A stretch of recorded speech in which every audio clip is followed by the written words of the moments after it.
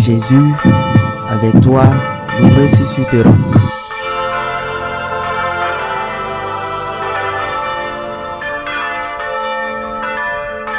Le Seigneur soit avec vous. Et avec votre esprit.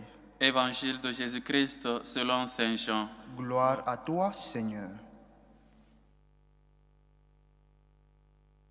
En ce temps-là, les Juifs se querellaient entre eux.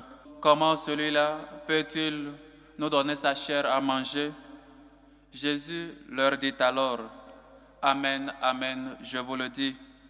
Si vous ne mangez pas la chair du Fils de l'homme, et si vous ne buvez pas son sang, vous n'avez pas la vie en vous.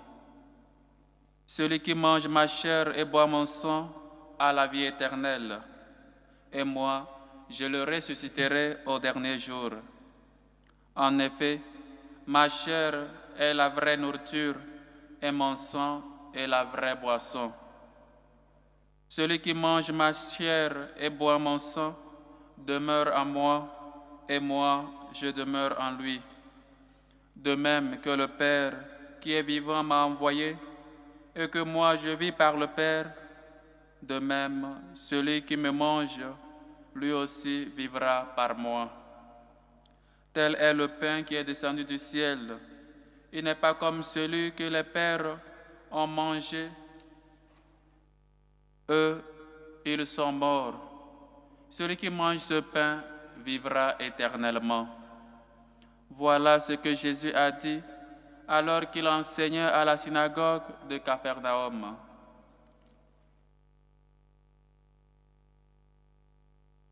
Acclamons la parole de Dieu. Louange à toi, Seigneur Jésus. Chers frères et sœurs, chers amis, écoutons un peu, soit revenons un peu sur la première lecture que nous avons écoutée en ce jour. Il s'agit de la conversion de Saint Paul. Il s'agit de Saul qui allait pour persécuter les chrétiens, pour persécuter ceux qui croient au nom du Christ, pour les faire mourir, pour les amener dans les prisons. Et toujours persécuter un chrétien, c'est persécuter le Christ lui-même. Chers frères et sœurs, quand Jésus sort à sa rencontre, il ne dit pas « Pourquoi tu persécutes les chrétiens? Pourquoi tu persécutes ceux qui croient à moi ?» Il lui dit « Pourquoi tu me persécutes? Pourquoi me persécutes-tu? Qui es-tu, Seigneur, pour que je te persécute ?» Chers frères et sœurs, être chrétien ou la défense des chrétiens, Jésus se présente comme celui qu'on persécute parce que nous le suivons à lui, parce que notre foi est posée en lui. Il ne dit pas pourquoi tu persécutes ceux qui me suivent. Il dit pourquoi tu me persécutes, pourquoi tu me harcèles. Voyez-vous, chers frères et sœurs, pendant que d'autres religions cherchent à avoir une relation avec Dieu, en faisant des sacrifices des animaux, en faisant tout ce qu'il y a à faire dans leur religion, notre Dieu, le Dieu des chrétiens, le Dieu des catholiques, c'est celui-là qui vient à la rencontre de son peuple. C'est celui-là qui veut demeurer et faire sa tente au milieu de son peuple. Et par l'incarnation, nous avons déjà vu que Dieu se fait présent, il se fait petit parmi nous. Il fait de nous sa demeure, il habite en nous. Et donc, chers frères et sœurs, il rencontre Saul. Il rencontre et il le convertit. Chers frères et sœurs, rappelons-nous toujours de ce moment-là que nous avons rencontré le Christ, parce qu'il ne cesse de sortir sur nos routes, sur nos sentiers. Il ne cesse de nous appeler à la conversion. Il ne cesse de nous faire détourner de nos mauvaises pensées, de nos mauvaises actions, de nos rancunes, de notre corruption, de nos péchés. Chers frères et sœurs, il sort toujours à la rencontre de l'homme. Quand il voit que l'homme a pris une route fausse, une route erronée, il sort toujours à sa rencontre. Dieu ne nous parle pas quand nous sommes en train de pécher.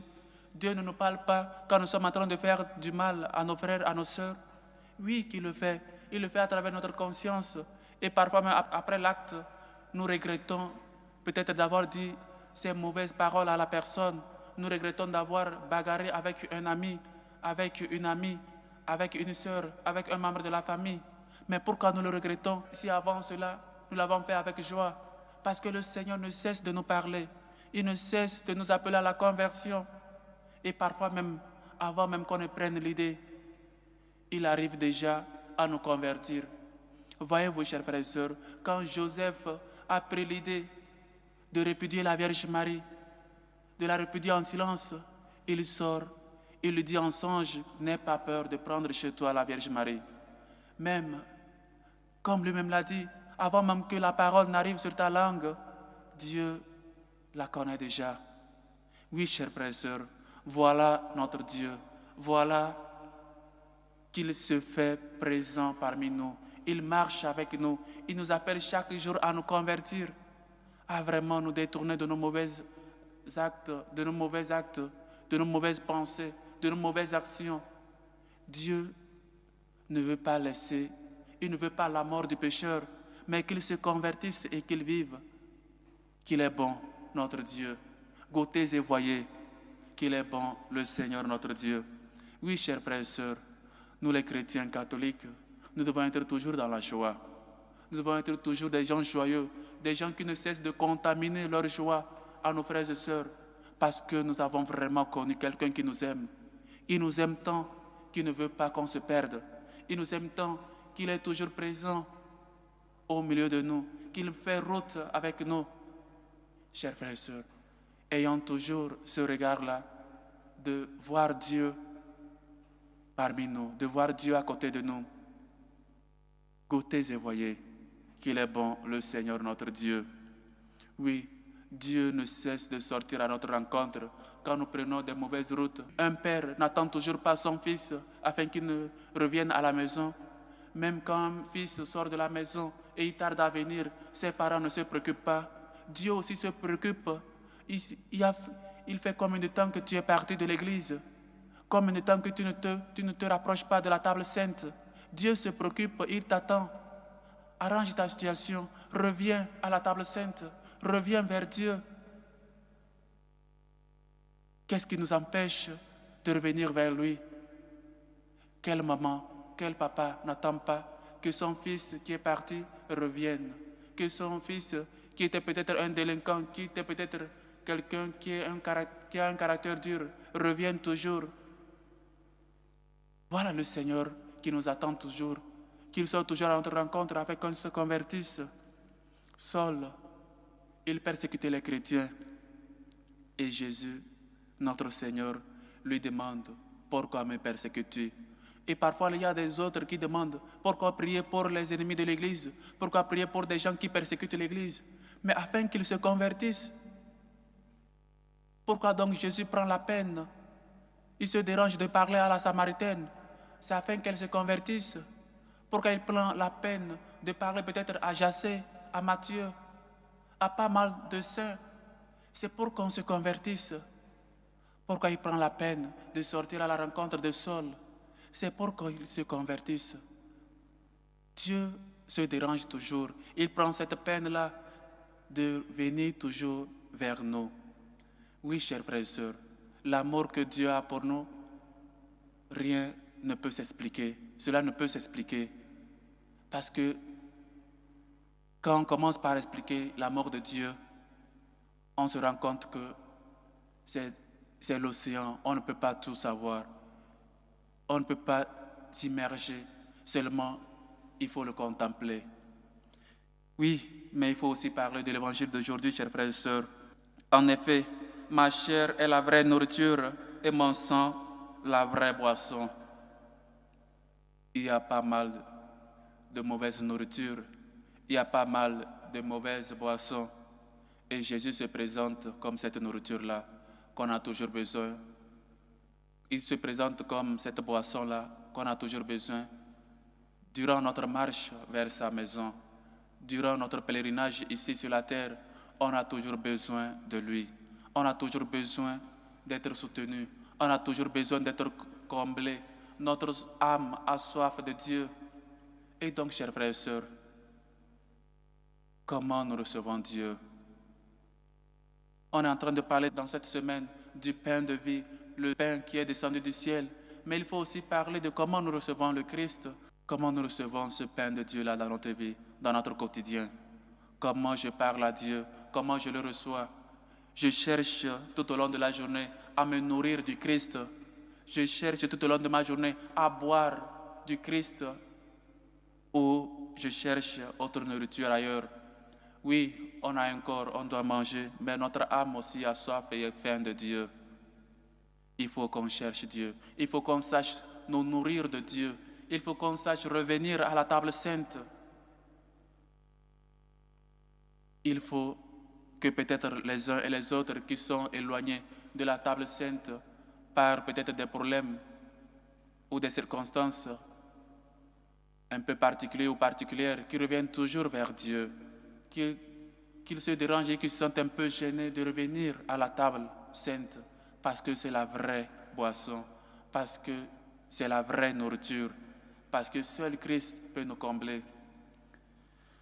Et moi, je le ressusciterai au dernier jour. Celui qui mange ma chair et boit mon sang demeure à moi et moi en lui.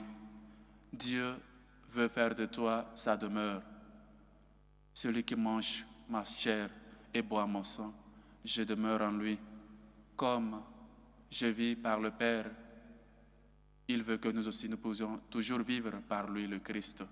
Chers frères et sœurs, prenons toujours conscience qu'on mange des pains, des nourritures, des boissons dans ce monde et on va mourir. Mais il y a seulement une seule vraie boisson, une seule vraie nourriture qui est le Christ nous-mêmes, qui se donne à nous, qu'il se donne en toute humilité. Dieu se donne à nous, Dieu se donne à toi. Comment traites-tu Jésus? Il y a peut-être des gens qui, après la communion, avant même d'avaler le corps du Christ, ils sont en train de parler avec les uns et les autres, ils sont en train de critiquer les uns et les autres.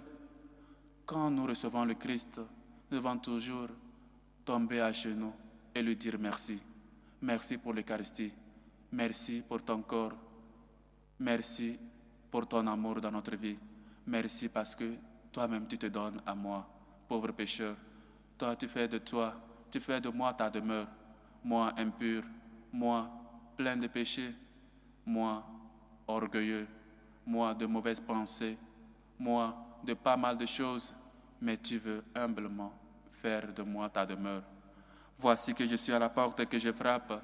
Celui qui entend ma voix et m'ouvre la porte, j'entrerai chez lui et je prendrai le repas avec lui. Le Seigneur est toujours à notre porte. Ouvrons-lui grands nos cœurs. N'ayons pas peur. Laissons que Christ puisse rentrer dans notre vie et faire de nous sa demeure et qu'il puisse trouver toujours un endroit pur, un endroit qui convient vraiment à Dieu. Que le Seigneur nous aide et que lui-même puisse nous aider à nous purifier chaque jour et lui préparer toujours en nous cette demeure-là qu'il mérite. Loué soit Jésus-Christ. À jamais.